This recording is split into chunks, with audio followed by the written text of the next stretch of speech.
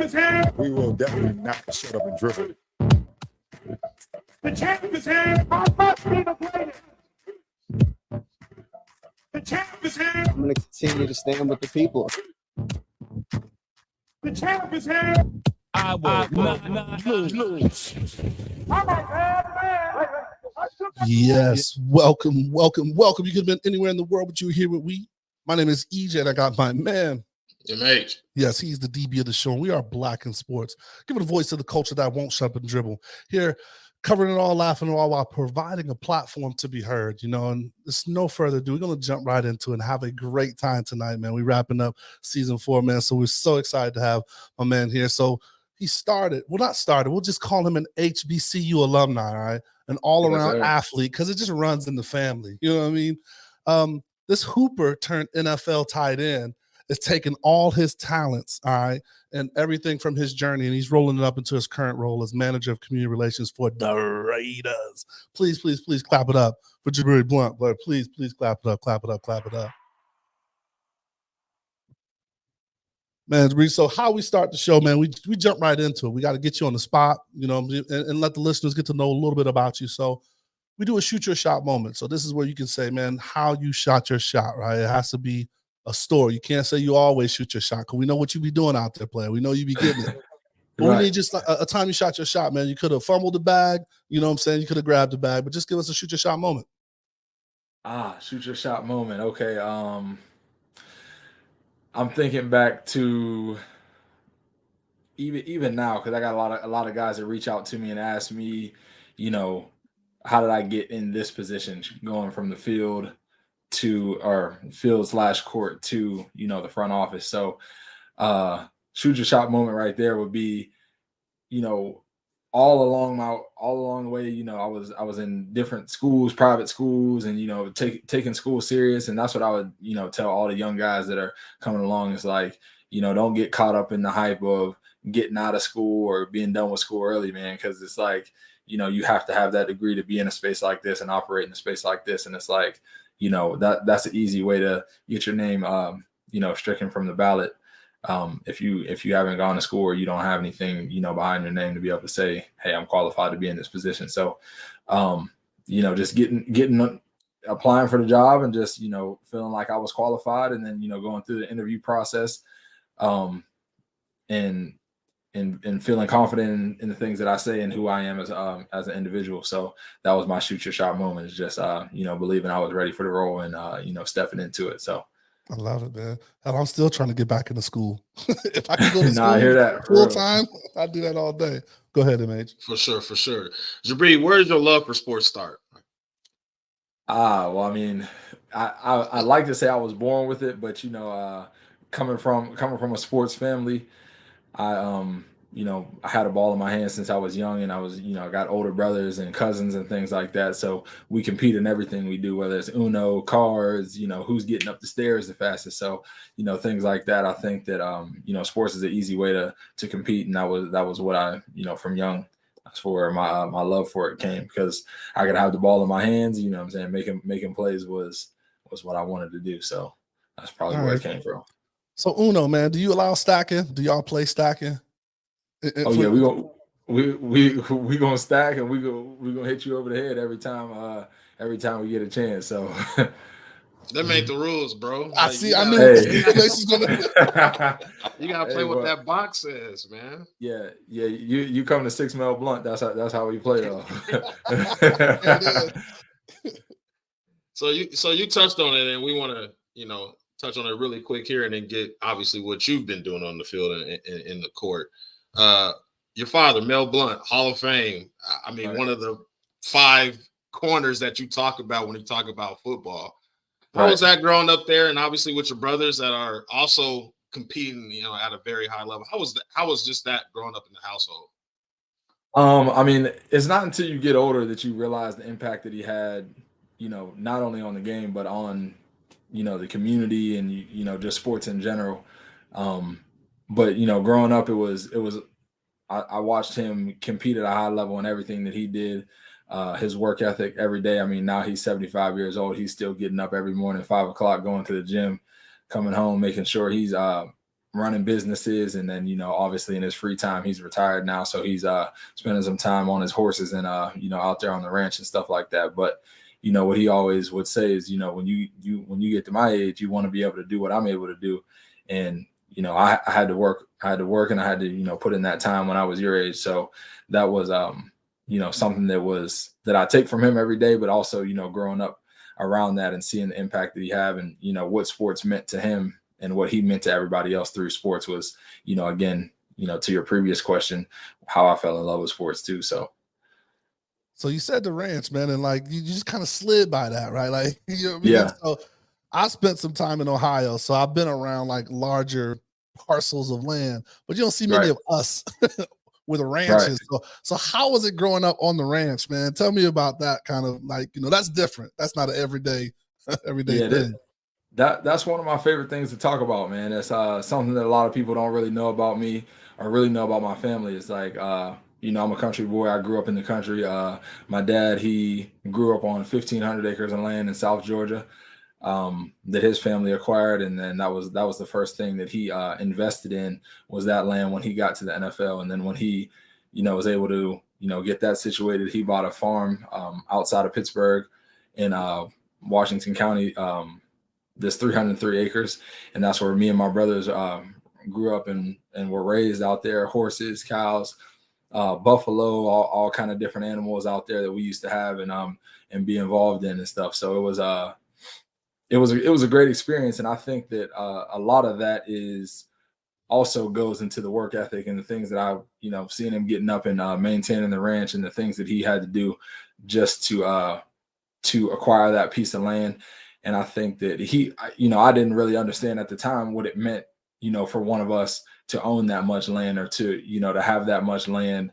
And kind of took it for granted. But then as I get older and I'm actually getting ready to get into my first house and things like that. So it's like when you see what he was able to get and what I'm trying to get, it's like I don't know how he was able to do it, but it's a it's a blessing. And that's something that I'll always hold dear to me is growing up on the farm and the experiences that I had out there. Yeah, for sure. That's so awesome. Experiences. Give me some of the roles and some of the duties that's going on the ranch, man.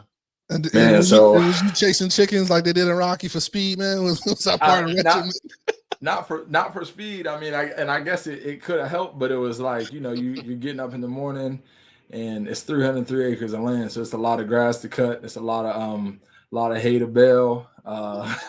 And so that was what the summers looked like for us, man. It was when we would get out of school, we would have a little family meeting there in the living room, and my dad would outline, what the roles and responsibilities look like for the summer coming up. So he's like, if you want to be, you were either on the farm or you were out. The only way to get off the farm was to be playing sports. We have summer league basketball, 7-on-7, things like that. We would go to swimming lessons, golf lessons, things like that. But my siblings and I, we joke and we call it Melcatrash because what's on the farm, he's not letting nobody in, he's not letting nobody out. So that was the roles and responsibility out there: cutting grass, baling hay, feeding horses, loping horses, just things like that. It was there's a whole bunch of stuff we used to do out there, man. We definitely got some stories, but we made it fun. We would fish and we would hunt, ride through trails and 4-wheelers, dirt bikes and stuff like that. So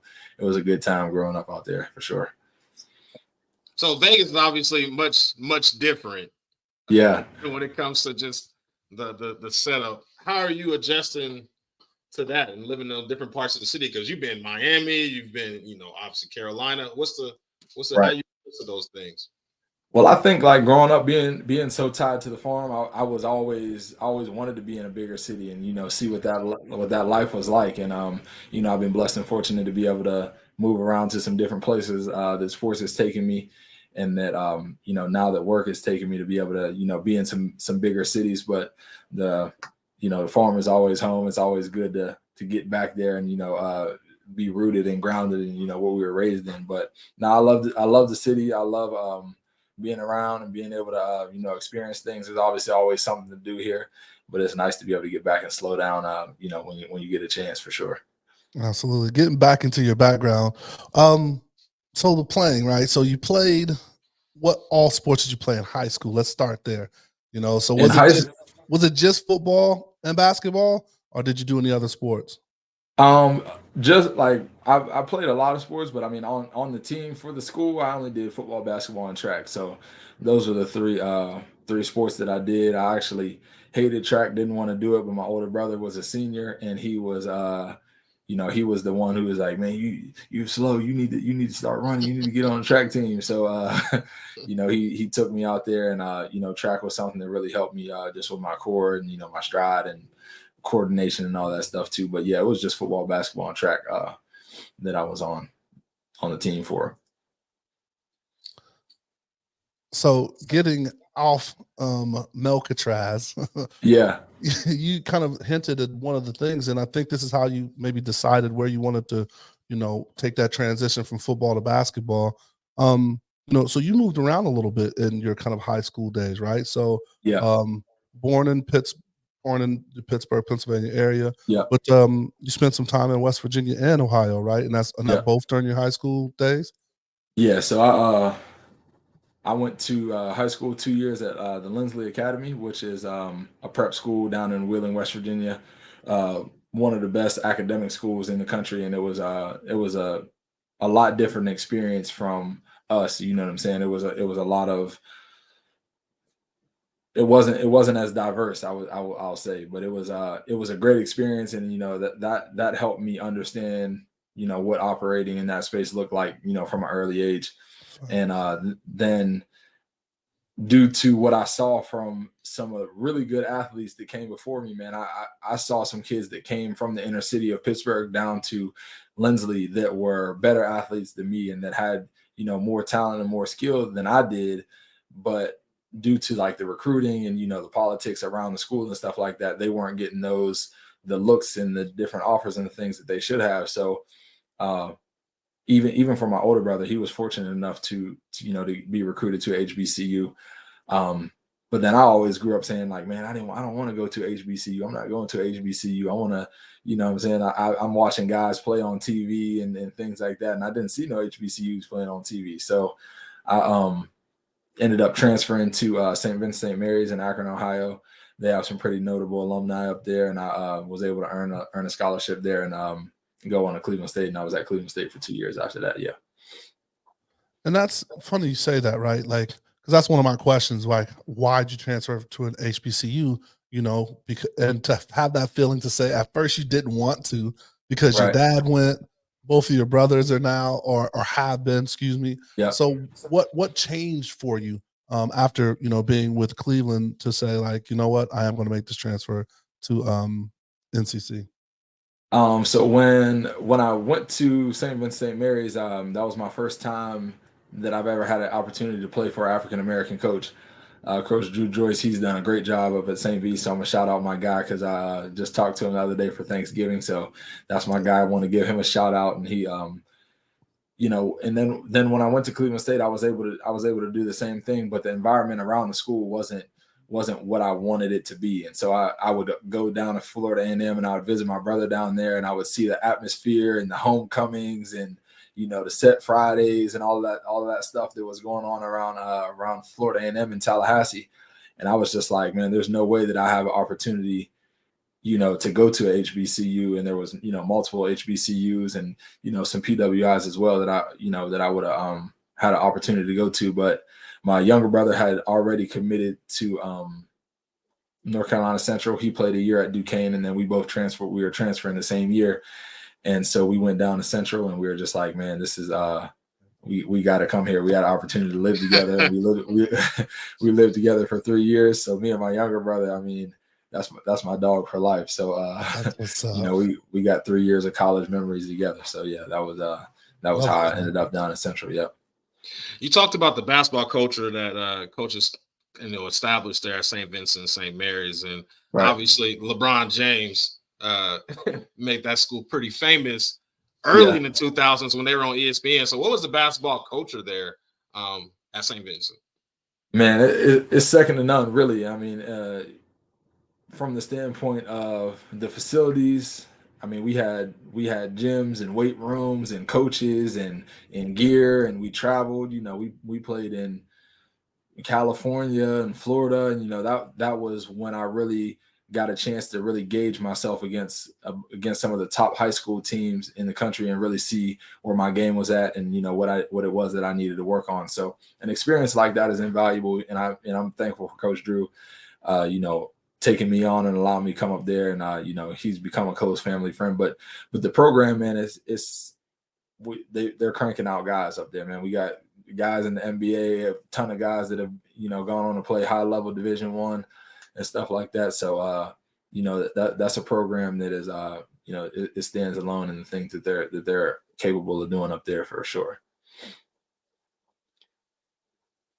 So now you get to North Carolina after transferring and getting. Now you wasn't no slouch. Now when you went there, now you Right. you went in there and you started doing some things, and it's good. Like like doing some of the research and stuff. Like you got to play with some of the guys that you played. I don't know if it was AAU or just at other universities, but it just seemed like you started to gel. Just being under that kind of coaching and being in that environment, just where you and not ended up, but you worked to become MEAC Player of the Year, man. And right. how do individual accolades? I know they're not the whole thing, but like there's got to be something, especially as you, because we're talking about the journey, right? Like, and decisions you make and how they kind of ultimately end up. Man, how was that, man? Kind of going through that, helping bring a title for your team. Yeah, man, that was actually one of the best situations and decisions that I made, was to go to HBCU. So I'm gonna give a second shout out to Lavelle Moulton, who is my college coach, and the things that he was able to help me realize, and the potential that he was allowed me to grow into. His program is one of the top HBCU programs in the country as well. They've won multiple MEAC championships, played in the NCAA tournament multiple times, and he's a winner himself. So we identified with each other right away off the bat, just as far as work ethic and the things that he demanded from us as players. He has a close tie with Coach Tomlin from the Steelers. So we had some mutuals right there that off the bat that we were like, okay, I know what type of situation, what type of guy I'm gonna be under. So that was tough. What a lot of people don't know is my junior year, I was ineligible for 11 games out of the season. And that was one of the most embarrassing and hardest things that I had to deal with as a young man, because I came there on track to graduate a year and a half early. I came to college with a bunch of college credits and went to summer school all year round. So I had a chance to I only had to take a few classes, but I only had a few core classes. So ended up not really focusing on those classes, got caught up in the HBCU life, was going to visit all my friends and stuff like that at different colleges and stuff during my redshirt year. So when it came time for me to play my junior year, I was one credit short from the semester before, and there was nothing that I could do. So that was the first time that I had to be held accountable for my actions. But in that time, what Coach Moulton had told me was like, adversity introduces a man to himself, and that's something that I'll never forget. And I didn't really understand what that meant at the time, and so he was like, he asked me to go back and think about what that meant. And really in that time, I had an opportunity to either hang my head and pout and, blame it on everybody else, or take the initiative, get in the gym and just, work on my game and take the rest of the year with a vengeance. So we ended up going to the MEAC tournament and winning the MEAC tournament my junior year, went on playing the NCAA tournament that year. And we lost in the first round.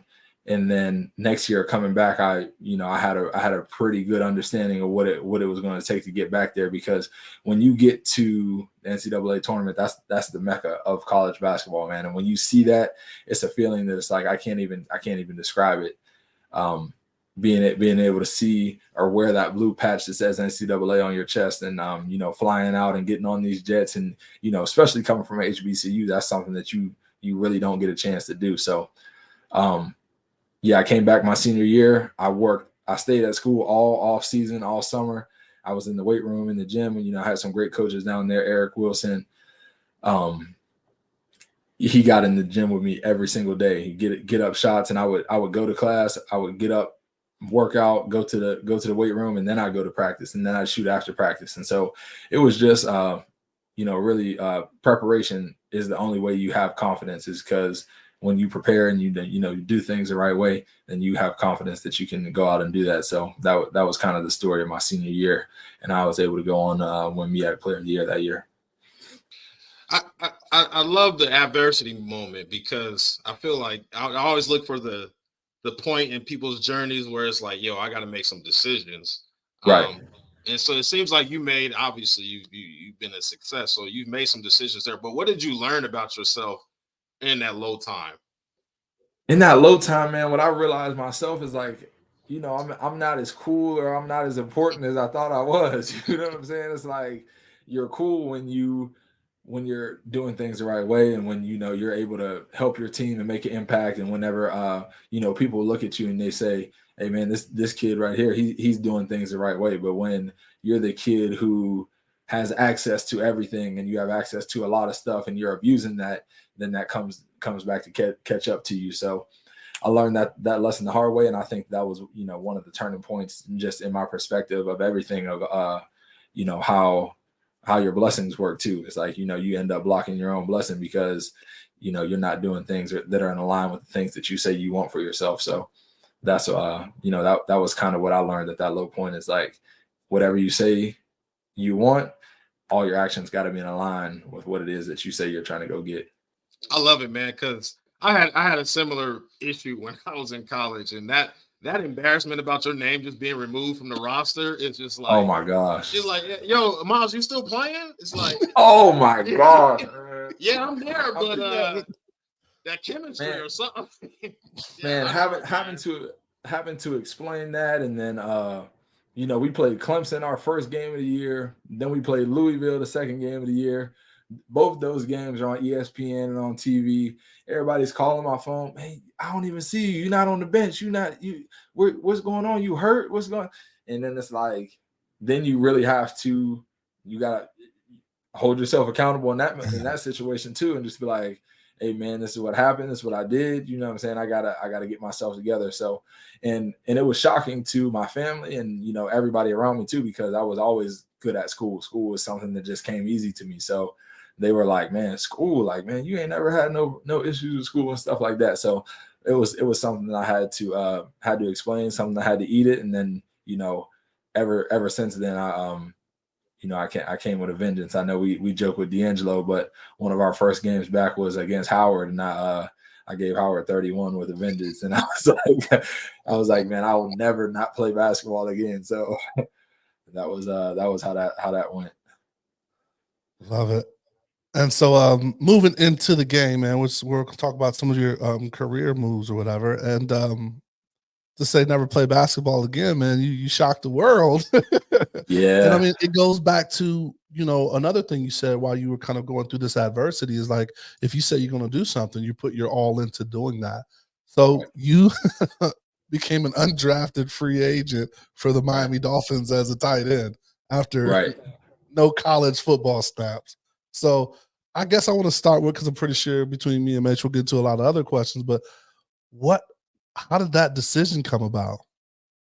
Man, that was a tough decision, because I was at the peak of basketball. Like, I had just won Player of the Year. I had all these agents reaching out to me, trying to get me to, work out. And that's how I ended up first coming out here to Las Vegas at Impact. And, shout out to the guys at Impact. They always let me come over there and get a run and stuff like that still. So I'm thankful for those guys. But yeah, came out here to Impact and trained, and it was the COVID year. So our tournament, we were the number 1 seed going into the tournament. And I was priming up to be like, man, this is where I'm about to, really take off and make my name. It's like, small school guys that go into a tournament and they play well in front of college coaches, or not in front of pro scouts and stuff. It gives you a chance to really solidify your name to play at the next level. So that was what happened in my plan. Tournament ends up getting shut down. So I'm back at my parents. I'm graduated school. So I'm back at my parents, and I'm waiting to, see what's going to happen. End up getting the call from an agent who was PJ Tucker's agent. So me and PJ Tucker had the same agent, and I always watched a guy like him because I was like, that's who I want to be in the NBA. I want to be PJ Tucker. You know, we're the same height, same build, kind of, and you know the way he played the game with, you know, tenacity and things like that. That's what I wanted to do. So when his agent reached out to me, I'm like, oh man, this is only God. This is exactly where I'm supposed to be or whatever. So I ended up coming out here to Impact, and the draft and everything, and all these workouts that I had scheduled, they got delayed and they kept getting pushed back because of COVID, and these teams couldn't bring guys in. So, you know, I was going to have to go to the G League. And then I was just thinking, I was like, man, I always said, like, you know, if I didn't play basketball, everybody would always say, oh yeah, you can play football. You built like a football player, all this stuff, whatever. So I told my agent one day, I was like, man, you know, I'm thinking about just going at least to a workout, you know what I'm saying, to see what, you know, these teams can do. So, or what these teams would want me to do. And he was like, wow, it's crazy you said that, because I actually had 3 or 4 teams reach out to me already, but I didn't want to put that on you because, you know, I didn't want to cloud your judgment.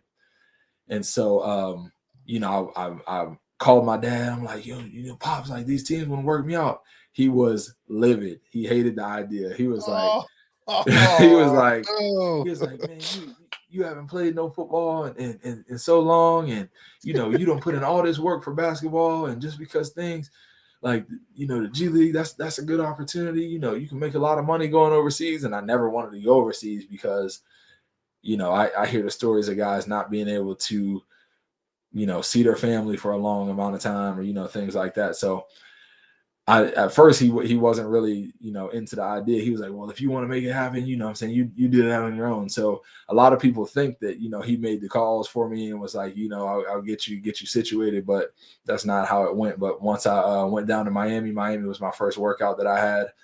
And it was the last workout I had because they signed me. So I called my dad. I was like, they about to sign me. He's like, sign you? What you talking about? They about to sign you. He's like, and so he's like, I don't know about that. I need to see. So I start sending him all the articles and, you know, the contract and stuff like that. And so then he started calling all of his friends, all of his boys, and he was hyped up about it. So that was, you know, kind of the way that it went. So, you know, it wasn't something that I was like ready to step away from basketball at the time, but it was just like what I thought the best opportunity was for me. I was like, man, I want to stay in the States. I want to be a professional.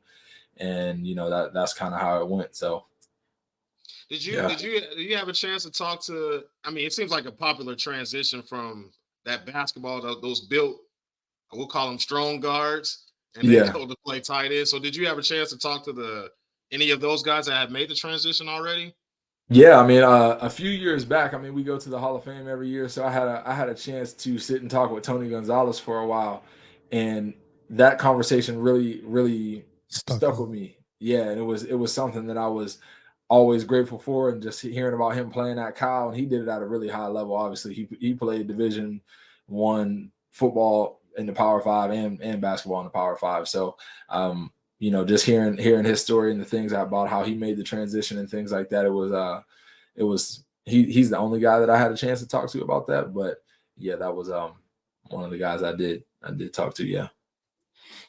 And so, I mean, this is what I like, and we've had this discussion too about, you know, when you get to obviously high school football has its own language, and then you play in college, and that's a whole nother language. And then I don't even know what it sounds like in NFL, just what we've seen from NFL films. So what was like just kind of trying to interpret all that language from basketball court to obviously now with the Miami Dolphins? Man, that was absolutely the hardest part of being there. I mean, and any of my boys from the Dolphins that see this, they're gonna laugh and say like, yeah, this man did not know what we was talking about out there. So that's funny. It's kind of like if they took you and dropped you in China and everybody's talking and trying to ask you questions and asking you for a response, and you don't know what they're saying. So, you know, the language around that, I hadn't played football. I hadn't played football since 10th grade. 10th grade was my last year playing football. And to step into an NFL huddle and, you know, to lean in and hear the verbiage and the vernacular and the things that they're saying around that, and understanding these plays are, to me, a mile long, and, you know, I don't know what they're talking about. And so that was hands down the toughest part about being in the NFL.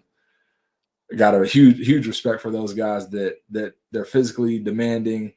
you know, they're big, strong athletes, but anybody that says football players are not smart, especially on the offensive side of the ball. I mean, I don't know what's going on the defensive side of the ball, but the guys that stand in those huddles and get those plays, especially when it's 2-minute hurry up offense and things like that, it's they got a special mind for that. So that's that was tough for sure. Getting your body prepared for those too, like, training for basketball is probably completely different than training for football. What was the body transformation you went through in that process? As far as the lifting and the conditioning and stuff like that, that wasn't the toughest part for me. I've always been a weight room guy. You know, I enjoy lifting. It's something that I still do now, just because I enjoy it. But I had to gain 20 pounds, so I was 235. Ended up getting up to 255, playing that position. I mean, you got guys coming off the edge that are 275 explosive DNs. Shout out to every DN. They're some of the most explosive and freaky athletes I have ever seen in my life. 6'5", 6'6", 265, 275. Come off the edge with ear hole to the ground and explosive. I don't understand how they do that, but that was the toughest thing. I gained 20 pounds and my body had to get used to carrying that much weight, and that was probably the toughest thing, body transformation wise, for sure. What was the environment like with Coach Flores? He was the head coach at the time, right? When you were there? Yeah. What kind of leadership, because he's kind of like, when you talk about a Tomlin and things like that, what was kind of like the environment of the field of just, being around that, while he was running the helm? Huge shout out to Coach Flores. I mean, he's the guy that pulled the trigger on, bringing me in, him and Chris Greer. But Coach Flores was really he believed in me, and I'm thankful for him, for that 1,000%, first of all.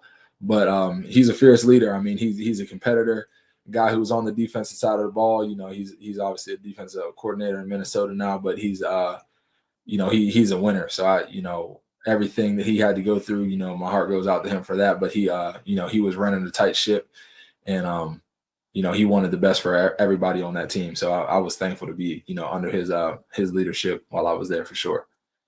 So, and then kind of wrap it, and he'll be in town soon. Vikings versus the Raiders coming up. And then just kind of, what is your thoughts or interactions with the XFL, right? Because so that's another opportunity that's growing. I don't know how much interaction you have with it, but what are your thoughts on it? Do you think it's going to survive this time? I hope it does. I mean, I actually went down to the XFL for a little bit to check those guys out.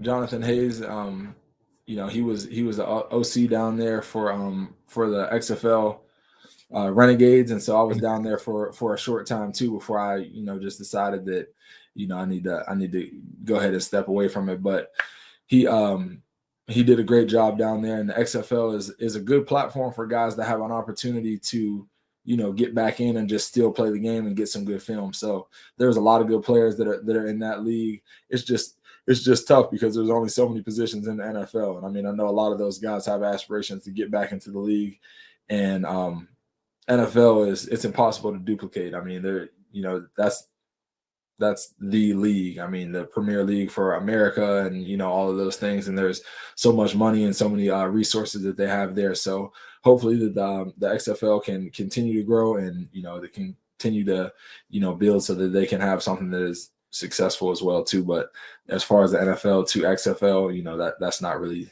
a good comparison right there. And it's getting tougher. So they need to put some years, and hopefully they can grow that product where it can be something that is maybe a supplemental league or a league that stands on its own, to where people can have a decent career and do it here. Because I know you spoke about not wanting to go overseas when you're talking basketball. You may know Isaiah Green, who's a Steeler. That was his thing, right? He was playing, and it came a time where it was he didn't get picked back up. He went overseas. He's like, look, if I can't play in the States, I'm gonna hang it up. So hopefully XFL kind of gets to that and offers an alternative for people that still have some shelf life and want to kind of still tackle that dream. Yeah, no, for sure. That's a big time goal that they have, and I think that it's attainable. They got a lot of good coaches. I mean, Bob Stoops was our head coach, and I mean, his resume looks like and the things that he's been able to do. They had Rod Woodson was in that league, and those are just two of the notable names. Rod coaches the Vegas team. Yeah, yeah. So they had some really good coaches that are in that league and some good players as well. So I think that they'll survive a little longer than they did the last time at least. Right. Yeah. Well, let's jump into the day gig, man. So you are in community relations for the Raiders, right? So explain to me what I hate to say typical day, but kind of like an average day would be with what you do or the role, because as some may know, that role at a different team could be totally different, of the 32 100%. teams, right? So what's your role here at the with the Raiders?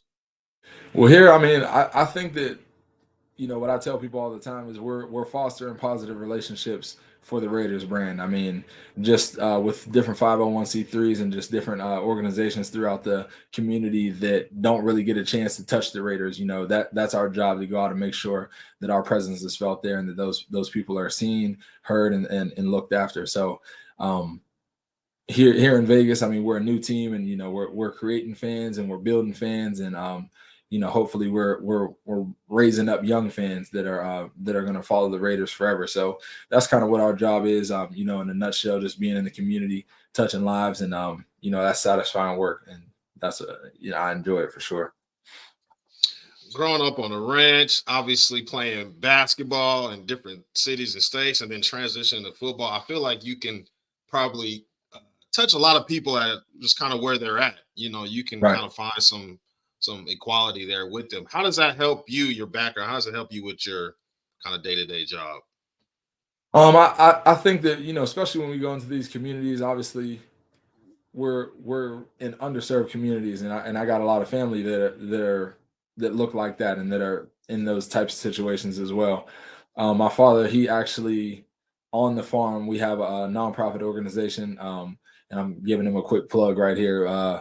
We're gonna get Mel into Blunt, that, so yeah, Mel Blunt Youth Leadership Initiative, where he has a boys' home that serves troubled inner city youth, and then also they have summer programs and things like that, equestrian programs where kids get a chance to come out and do things that they've never done before. So I've grown up around it, and I've seen the impact that he's had on many kids' lives and the things that he's done in the community, as a philanthropist and activist and things like that as well, off the field. And I think that my passion here aligns directly with that. And that's where I come from, and that's why that I think that this is the perfect job for me. So And we always talk about the transition of athlete on the field to off the field, and you've made that transition, and you're in the middle of those transitions.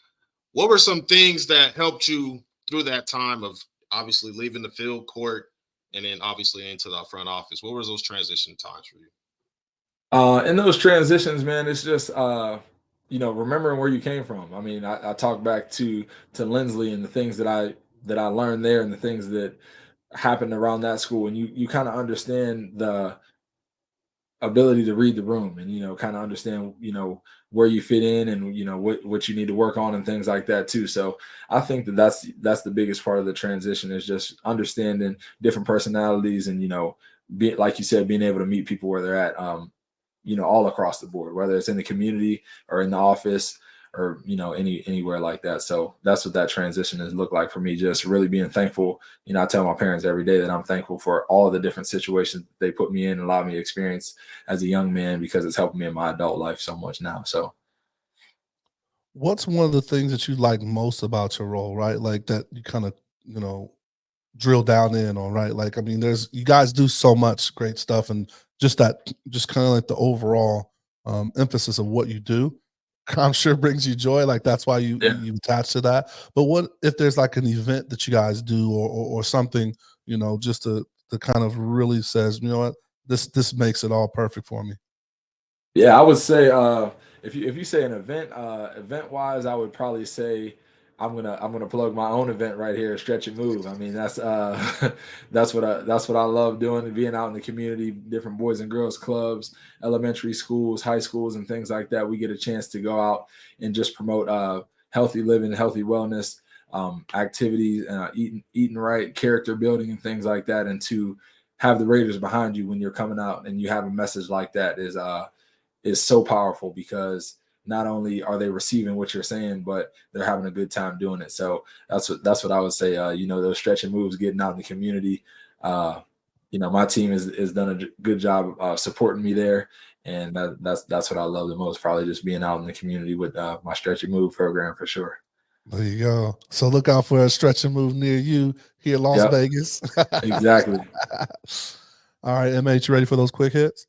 I am, man. So Jibri, this is some random questions, some questions so that our listeners can kind of get to know you a little better as well. But Okay. First time, if ever, you've been starstruck. I went to Usher the other day and I saw Michael Jordan. That was the first time I ever seen Michael Jordan, and I was like, "Whoa, that's MJ right there, the GOAT." So like, seeing Michael Jordan was probably the first time I ever was like, that's really him right there. So yeah, They always say like he has like this aura about him. Is that true? 1000%. And the way that he walks like it's 96 and he's getting ready to get a bucket. I mean, he's him. So I mean, that was probably the first time I was starstruck seeing Michael Jordan. Yeah. Strangest place that you've ever been kind of recognized? Strangest place I've been recognized. I don't know, man. I mean, I would probably have to say. I'd probably have to say maybe a restaurant or something like that. I mean, just when I go back home and different people that see you that might have grown up and played with you and stuff like that, like, oh yeah, I see you're doing such and such. And it's like, I hate when I don't remember or recognize who somebody else is. So that's probably the strangest time. I mean, nothing I would say is too crazy. Yeah. All right. A shout out to one of your favorite teammates, basketball and then on the football field. Wow, shout out to one of my favorite teammates. Shout out my boy Toddy Goodwin.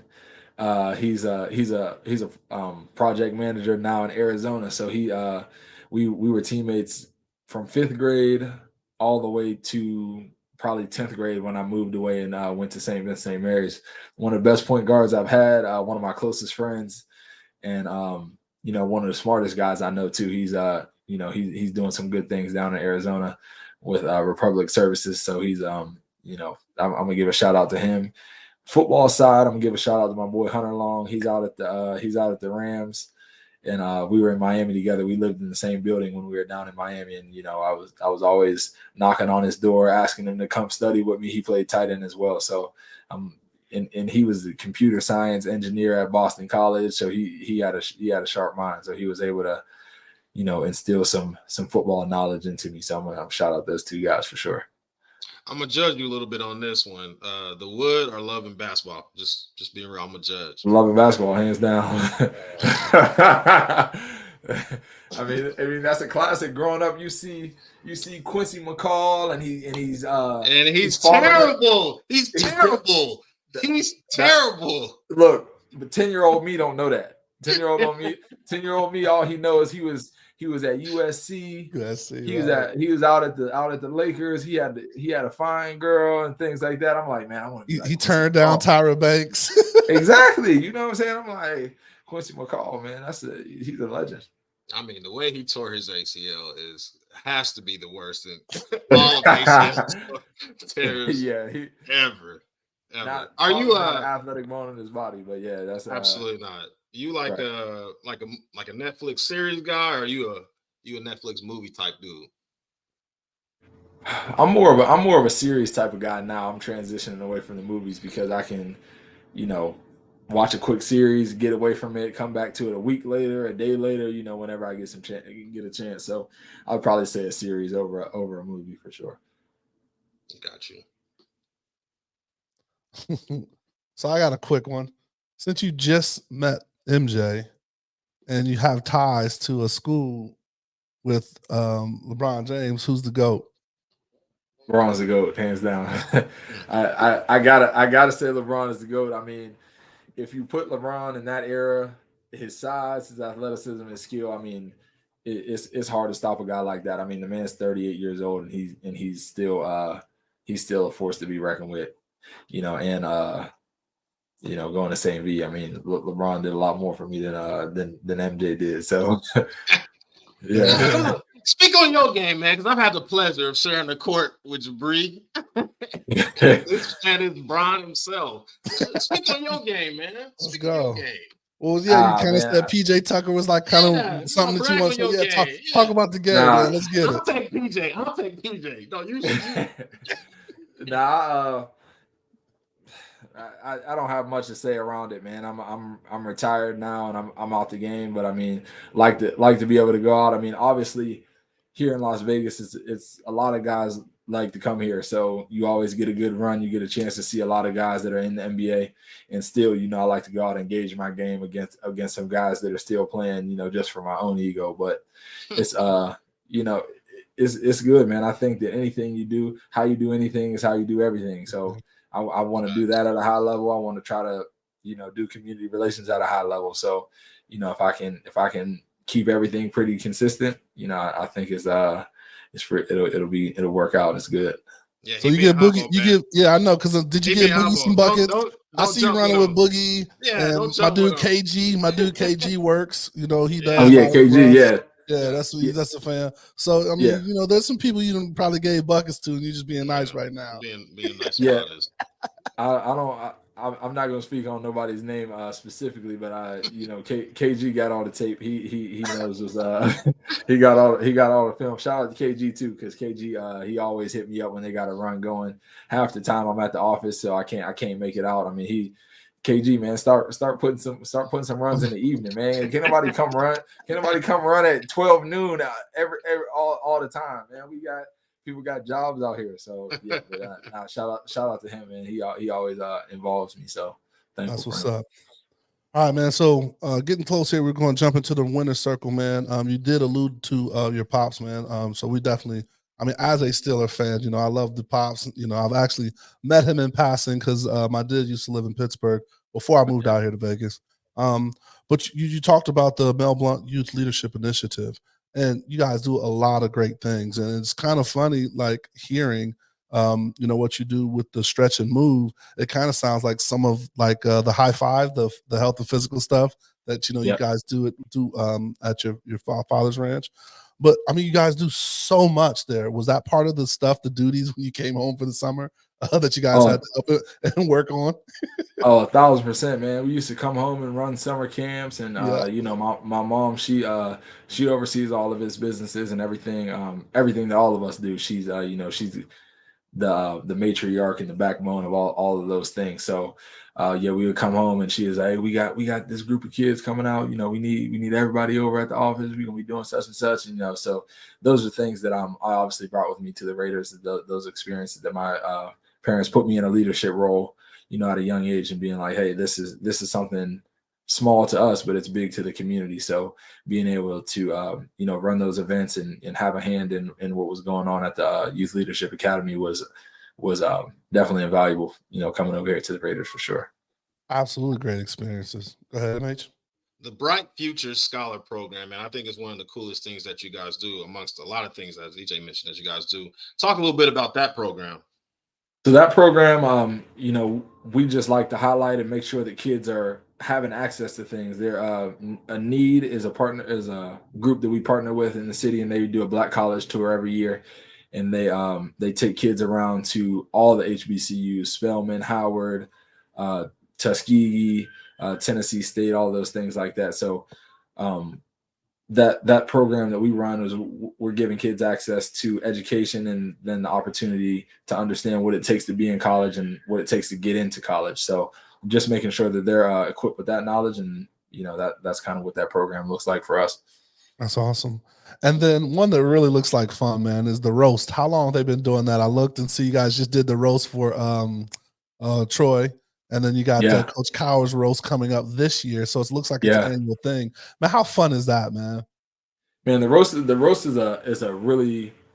a blessed idea that my mom had, back when my dad turned 50. It started out as his 50th birthday party, and that's kind of a lot of people don't know that that's kind of the origin of how it started. So my mom was planning a 50th birthday party for him and had all of his teammates come back, and she got an MC, and she ended up turning it to a sponsorship or to a sponsors event for the youth home. So it's only grown since then. We've had it at different venues in the city, the Wyndham. They work with us all the time. The Westin, we've had it over at the Westin, and we've even had it at the stadium a few years in a row. But yeah, the working with Troy Polamalu and Jerome Bettis and Coach Cowher and Coach Tomlin, everybody, they come back. Joey Porter, Casey Hampton. You got a long list of Steelers in the lineage. Guys that play with my dad, Donnie Shell, John Starworth, Joe Green. These guys, to me, it's amazing to see what he means to the organization and how they come out and how they show up for him. And I'm thankful for all those guys, because that event is an event that has grown so large. And we're sitting in a room with over 2,000 people that are all there to support the youth home. So that's so that's something that has been great to see. We just had our biggest roast for Troy Polamalu. It was his first time back in the city. So I give my dad props for being able to bring him back to the city. It was his first time back in a while. So that was great to see. I think it's really cool, man, in a place, in a society where we don't really honor our history the way we really should. Right. I think it's really cool. The Steelers organization was really hands in with your dad still, and all he's done for them in the community and obviously on the field, man. How cool is that to just kind of be still tied in really nice with the organization? I think that growing up, it's something that I'll always be thankful for. And I mean, you don't realize the impact of it, like I said, until you get a little bit older and you even come and you're inside another organization and you see how hard it is for players to have access to their organization, because there's so many guys that come through a team and so many guys that are on and off a team and things like that. So to understand that, an organization is so committed to helping and giving back to my father and his vision and the things that he's been able to do, it speaks volumes to what he was able to do for them, and then also who he is as a person. So I've always just wanted to honor that legacy, and I'm thankful for the Steelers organization because they welcome us with open arms every time we come home. So even when we came, when the Steelers came out here, for our first home game, it was my first game as a Raider. Steelers were out here. Was able to touch base with some guys on the team, Coach Tomlin, and my parents came out and they brought probably 30 or 40 people to sit in my father's suite for the game and stuff like that. So having that tie with the Steelers is something that I'll always cherish, and secretly I'll always bleed a little bit of black and gold.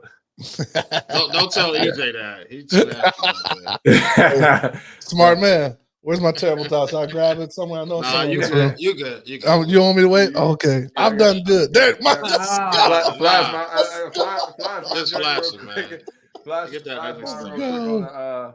You know what I'm saying? Hold on, let me go like this real quick. Oh, yeah. They pay your bills. Yeah, exactly. All right, man. Well, hey, these times fly because we have so much fun doing it. But what we want to jump into really quick is we call this the assist. This is just where you could either, something you would tell your younger self, or a quote that you live by, or just some kind of words of wisdom. For sure. The assist for me would be how you do anything is how you do everything. I said it earlier in the podcast, but I tell my friends that, I tell myself that every day. How you get up and make your bed every day, how you take care of yourself, how you take care of your business.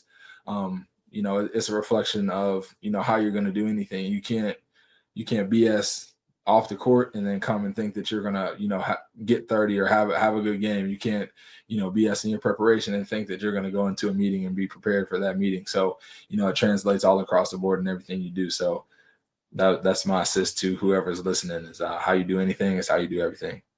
I love that, man. I love that. MH, man, you want to hit us with some final thoughts? No, Jibri, man, appreciate you, brother. Glad you spent some time with us, man. I'm I'm thankful. I'm definitely thankful that our paths have crossed. Looking forward to continue to build relationship with you, man, and just excited to be a part of your journey, man. Appreciate you, brother. No, for sure. I appreciate you guys too. I mean, especially the wisdom that you guys have given me, and the things we're able to sit and chat about too. So I'm thankful for you guys. Appreciate you guys having me on for sure. Awesome, man. It's definitely been a pleasure. Well, thank you to our guests for making the time, getting him on. We've been looking forward to getting him on. So no better way to wrap the season than to have you on. We want to thank you to people for listening. Hope you enjoyed the show. Please share the show. As you know, we drop new shows every Thursday. And please subscribe to the YouTube channel, because if you visual representation matters. If you can see it, you can be it. We're on every podcast platform. We're even in Spanish and and actually Alexa. I'm gonna just say, Alexa, play Black in Sports, so all of your devices play the show right now. But no, like we always say, man, please stay safe, practice gratitude, and know we're rooting for you. Screaming, all us blacks got is sports and entertainment until we even.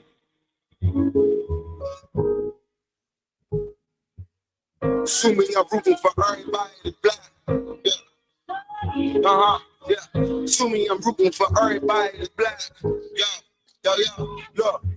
Assuming I'm rooting for everybody that's black. Spent about 2 racks on handmade new rags. Assuming I'm rooting for everybody that's black. It's everybody from sports to college class to rap and back.